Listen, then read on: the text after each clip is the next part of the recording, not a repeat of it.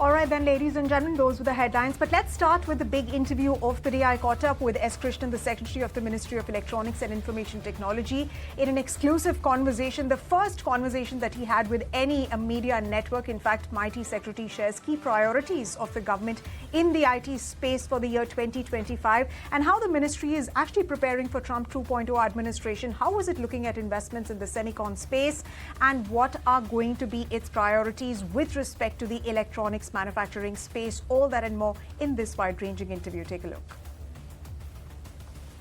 If I were to sort of look at certain key priorities which we need to do, let's proceed one by one. The first and key priority would be to sort of put out the DPTP rules, which are long awaited. I think that should happen soon, very soon. And so that is something which should happen. The next piece that we would really be looking at is the real takeoff of the PLI in IT hardware. Many of the companies have started manufacturing in 24-25. So in the last quarter of this fiscal year, we should see some applications coming in for reimbursement and coming in for claiming the incentives.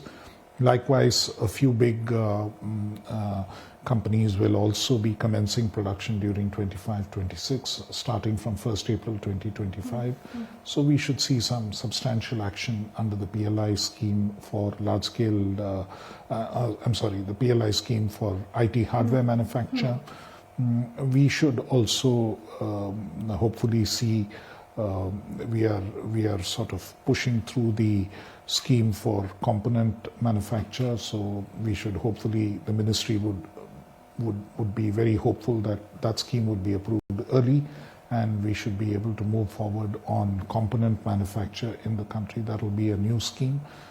Likewise, in the Semicon India event, which was held in September last year, the Honorable Prime Minister and also the Minister for Electronics and Information Technology both indicated that there would be further support for the semiconductor mission. So hopefully we should see the final contours of that scheme getting approved. So these would be some of the big priority areas during 2025. And amongst the achievements in 2024, I mentioned overall that we grounded 4 projects. Absolutely. But I think that really gave a sense to the rest of the world that India is a serious player in the semiconductor space, which is reflected in the kind of attendance we had in the India Semicon event and the kind of response that we received. Yes, sir, absolutely. When you mention about, how India is being looked at by the world in terms of how it is really a trusted partner, and that, of course, gets further solidified because the Prime Minister, when he went to his Singapore visit as well, there were discussions around investments in the semiconductor space during his US visit as well. So technology has been a key arm of geopolitical discussions and diplomatic discussions as well. I want to understand from you, because you've touched upon so many different points about the Semicon mission 2.0. Are there any timelines that the ministry is looking at, and could you throw some light on, how many new projects are currently, being assessed by the ministry for approval? As you're already aware, I think about 32 applications were received, 5 have been approved. Some applications have been, already rejected previously. Some have been withdrawn, some have been dropped. We have about 15 which are currently under assessment, on which we will take a final view. And that should be met within the overall savings which we have, or the funds which are currently available under the ISM-1. Okay. So which means we will need ISM-2 fairly quickly. Fairly quickly. Are there any timelines that the ministry is looking at? You see, I mean, we would, ideally the ministry would like it as early as possible, but government, there is a process of consultation, interministerial consultation. We have to take all the stakeholders along. So that is whatever time that takes. Yes. So what about the components PLI? It was, like the semiconductor scheme, industry players were expecting for it to be rolled out. Are there any timelines for that as well that you're looking at? Is there a concrete proposal that essentially... Yes, that is at a more advanced stage, certainly. I mean, there are concrete proposals for both. Yes. I should be clear that the ministry in its mind is fairly clear as to what needs to be done. The process of interministerial consultation in the case of the component scheme is much more advanced, and hopefully we should see early approvals there. So when we talk about semiconductor proposals, and you talk about, there are a couple of them as well that the ministry is considering. Would you like to comment on the kind of interest that you're getting from abroad and, several other countries to invest in India, given the kind of push that the government has given to this program and, of course, the overall sector? I think we keep getting inquiries all the time. We have companies from the US, we have companies from Japan, we have companies from Taiwan, we have companies from Korea. So a range of companies who keep coming and meeting us. There are also Indian companies who are looking to get into this space, which is very, very encouraging. So I think investment interest is very strong.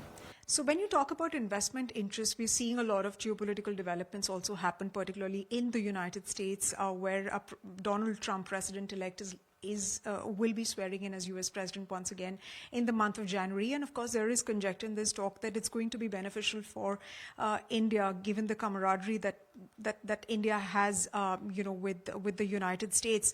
How do you really see investments, particularly in the technology ecosystem, to get impacted, to get affected by Donald Trump's presidency? I think it should, it's been a fairly smooth ride thus far, and I see no reason, I don't anticipate any speed bumps there. There could potentially be some acceleration, possibility of some acceleration, and we would look forward to that. And sir, it only helps that you have, so many people of Indian origin being picked up by Donald Trump as part of his, administration 2.0. But there is some, concern, I'd say, regarding the H-1B visa policy. Of course, Donald Trump has changed his stance, and he's gone ahead with Elon Musk's stance, saying that, it is skilled Americans skilled people that actually America needs. Is there any concern that you've heard from the industry on part of that? The industry has not specifically reached out to MEITY. The software industry hasn't specifically reached out to MEITY expressing any concerns on this score. If they do, then we'll communicate them through the appropriate channels. Okay. So I also want to talk to you about, in terms of, the budget expectations, for instance. Has the industry communicated to you what is it that they're looking forward to as part of? Yes, the industry has communicated to us. The industry has also been invited directly by the Finance Ministry as to what their requirements and expectations are. Okay. Sir, on the idea, on the issue of deep fakes, rather, I remember during the general elections, it was a huge issue. So many deep fakes came out. And of course, there was a view from the government that there might be a separate law to look into the menace of deep fakes, because it's not just an India-specific challenge, but a technology challenge. What is the government's view on that now? I think if you ask me what is the present view of the government, we believe that deepfakes can be dealt with under the present law. Okay. Because deepfakes ultimately amount to misrepresentation. Yes. And misrepresentation is something which is covered under present criminal law and also under the IT Act. So we can act against any cases of misrepresentation that we come across. We can act against those under the provisions of existing law. The question is more technological in the sense of how do you detect a deepfake early enough? Yes. And how do you sort of ensure, and that is something we've issued an advisory on already to all the intermediaries, saying that you please label and indicate that something has been synthetically created so that people are not misled, right? The idea is if people know that this is not reality and this is a synthetically created image or synthetically created video or anything to that effect, then they are likely to understand it differently, right? So that is something which is called labeling, which needs to happen. And if there are any cases where there are misleading or misrepresentations of that kind, then they need to be taken down quickly, right? So, because the damage that they can potentially cause in a country like India could be substantial. Now, the area where the law provides a longer time frame for takedowns, for the period within which things have to be taken down. So sometimes that's a cause for concern because in the meantime there could be a fair amount of damage which takes place. So, but the good thing has been in the recent past we've had a fair amount of good collaboration with most social media intermediaries. I would not say all, but most social media intermediaries, where they have cooperated with the authorities and realized that not only is it a violation of Indian law, but it's also a violation of their own community guidelines and their own guidelines which they are required to have in consonance with Indian law. So although the statutory time limit may be longer, they have been prepared to take it down faster. Right, sir. So, but having said that, by law they have a little more time. But they are collaborating with us and they are cooperating with us in taking it down faster. But maybe in due course of time... So essentially you're saying that in due course of time there could be a time when the timeline could be reduced? Timeline may need to be reduced. But beyond that, I do not anticipate the need for a very major change in the law insofar as deepfakes are concerned. Because the IT Act deals with issues of misrepresentation and misinformation. Exactly. So you, during the beginning of this interaction, you did touch upon the electronics sector, and of course it's performed rather well as far as exports and meeting domestic demand is concerned. Are there any targets that the government of India is looking at with respect to boosting those exports? Because the Commerce Ministry says that they are exploring different export destinations to expand India's base of exports. But do you have any targets with respect to particularly the electronics sector? We do not have a specific target. I don't think we set those targets saying you need to export so much. But what we are looking at eventually is that we are looking at an overall manufacturing or a production figure. The Prime Minister has set us a target of $500 billion. Of which $350 billion is finished products and $150 billion is exports. Is components. Now, of both of these, if you look at, say, if you take mobile phones, which is the single largest element, now India's domestic market is already near saturation, right? So which means that the room for growth lies in the area of exports. So there has to be export in order for the industry, Indian industry to grow. And so we have to be competitive. And that is also important because, we should only encourage and support those industries which are globally competitive. That's what benefits India's customers. So just a few set of questions before, we let you go. I want to talk to you also about India's AI mission as well. In the last budget, there was over 10,000 crore of corpus that was allocated to that. Could you give us a status check on the progress of that? See, there are 7 verticals under the India AI mission. We've moved forward on almost all of them. The first vertical relates to, and the biggest one, relates to the creation of the AI compute facility.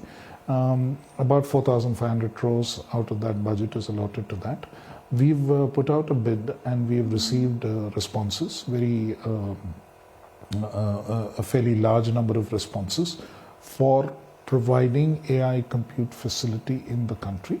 And those bids are being currently evaluated and it should be finalized in a matter of weeks. So once that is done, we will enable greater access to AI compute within the country, and that is a dynamic bid. I mean, there's a dynamic process by which we can keep adding capacity, and since technology is constantly changing, we can keep sort of updating the kind of compute which is being provided and the rates at which they're being provided. If the rates drop, then those rates will go down. So we've kept it dynamic so that every quarter we'll keep revisiting this. Yes. So one final question before we let you go. This essentially is about, the first semiconductor chip. I remember Minister Vaishnav did say that the first chip is going to roll out from India in 2025.